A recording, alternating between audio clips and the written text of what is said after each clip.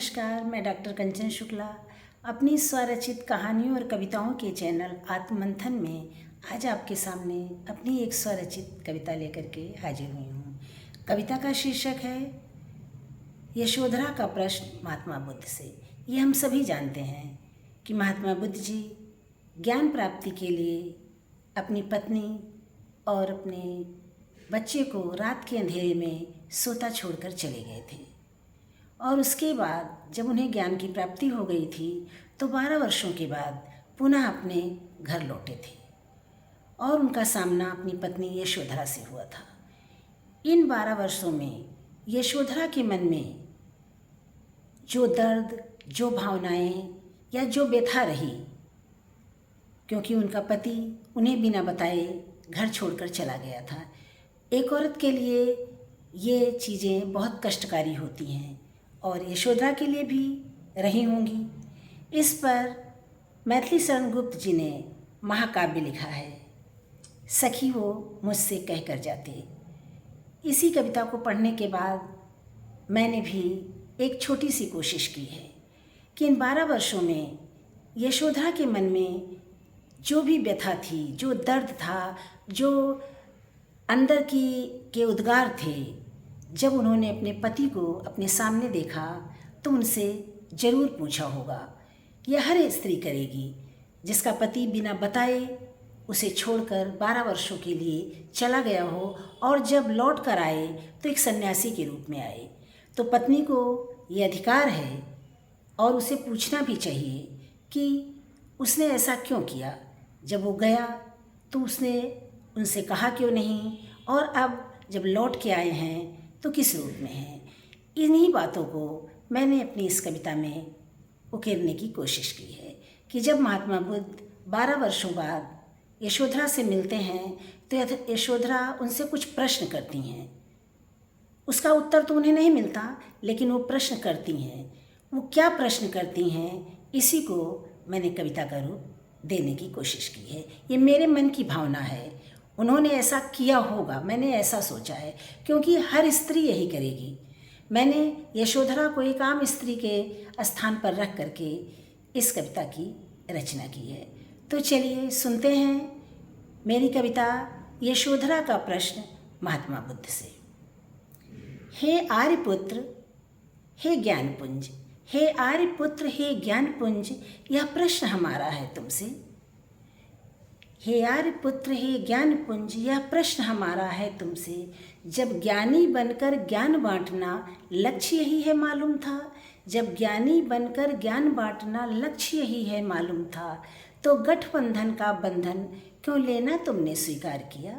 तब गठबंधन का बंधन क्यों लेना तुमने स्वीकार किया। जब बंध ही गए थे बंधन में, जब बंध ही गए थे बंधन में, तो बंध कर रहना क्यों स्वीकार नहीं। जब बंध ही गए थे बंधन में, तब बंध कर रहना क्यों स्वीकार नहीं। उस रात अकेली छोड़ गए, क्या एक पल को तुमने सोचा था। उस रात अकेली छोड़ गए, क्या एक पल को तुमने सोचा था। जब तुम न मिलोगे राजमहल में, रोऊंगी या कुलाऊंगी। जब तुम न मिलोगे राजमहल में, रोऊंगी या कुलाऊंगी। इस संतप्त हृदय को तब मैं कैसे समझा पाऊंगी। अपने इस संतप्त हृदय को मैं कैसे समझा पाऊंगी। लोगों के पूछे प्रश्नों का मैं क्या उत्तर दे पाऊंगी। लोगों के पूछे प्रश्नों का मैं क्या उत्तर दे पाऊंगी। कोई पूछेगा कहाँ गए, क्या तुमने उनको रोका ना। कोई पूछेगा कहाँ गए, क्या तुमने उनको रोका ना। पत्नी होकर भी तुमने ना रूप जाल में बांधा क्यों। पत्नी होकर भी तुमने ना रूप जाल में बांधा क्यों। इन प्रश्नों के क्या उत्तर दूंगी, तुम्हें हुआ आभास नहीं। इन प्रश्नों के क्या उत्तर दूंगी, तुम्हें हुआ आभास नहीं। ज्ञानी बनने से पहले तुम इतना मुझे बता देते। ज्ञानी बनने से पहले तुम इतना मुझे बता देते। क्या कर्म छोड़कर ज्ञान बांटना, क्या कर्म छोड़कर ज्ञान बांटना ज्ञानी की मर्यादा है। पहले अपने कर्तव्यों को पूरा करते तब जाते। पहले अपने कर्तव्यों को पूरा करते तब जाते, या मुझे जगाकर कहते तुम, या मुझे जगाकर कहते तुम, अब और नहीं रह पाऊँगा, मुझको मुक्ति दे दो, इस बंधन से आज़ाद करो। पहले अपने कर्तव्यों को पूरा करते फिर जाते, या मुझे जगाकर कहते तुम, अब और नहीं रह पाऊँगा, मुझको मुक्ति दे दो तुम, इस बंधन से आज़ाद करो। मैं बंधन कर अभिनंदन कर तिलक तुम्हारा कर देती, मैं बंधन कर अभिनंदन कर तिलक तुम्हारा कर देती।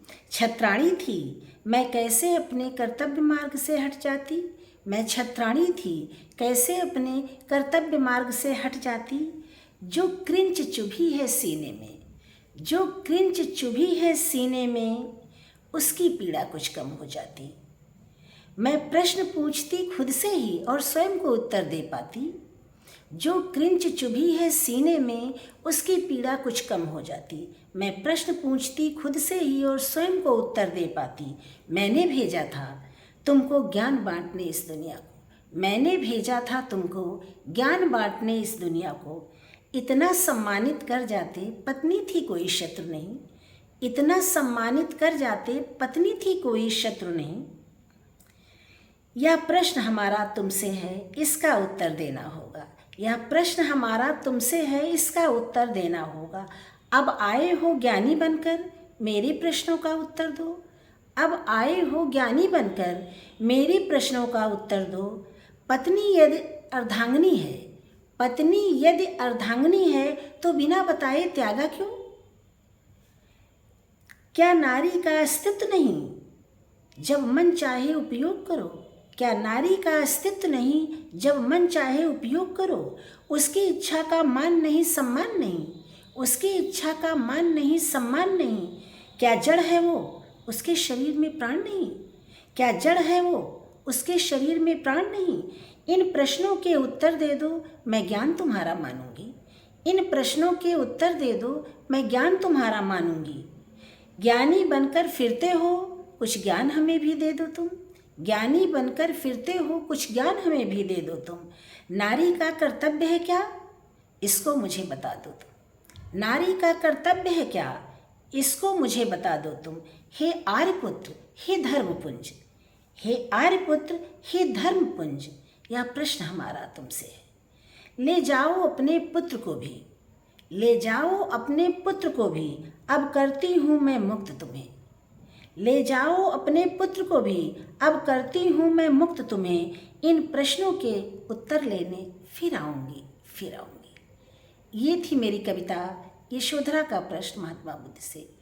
ये हम सभी जानते हैं कि जब 12 वर्षों के बाद महात्मा बुद्ध ज्ञान प्राप्ति के बाद अपनी पत्नी से मिले थे तो यशोधरा ने अपने पुत्र को उन्हें सौंप दिया था।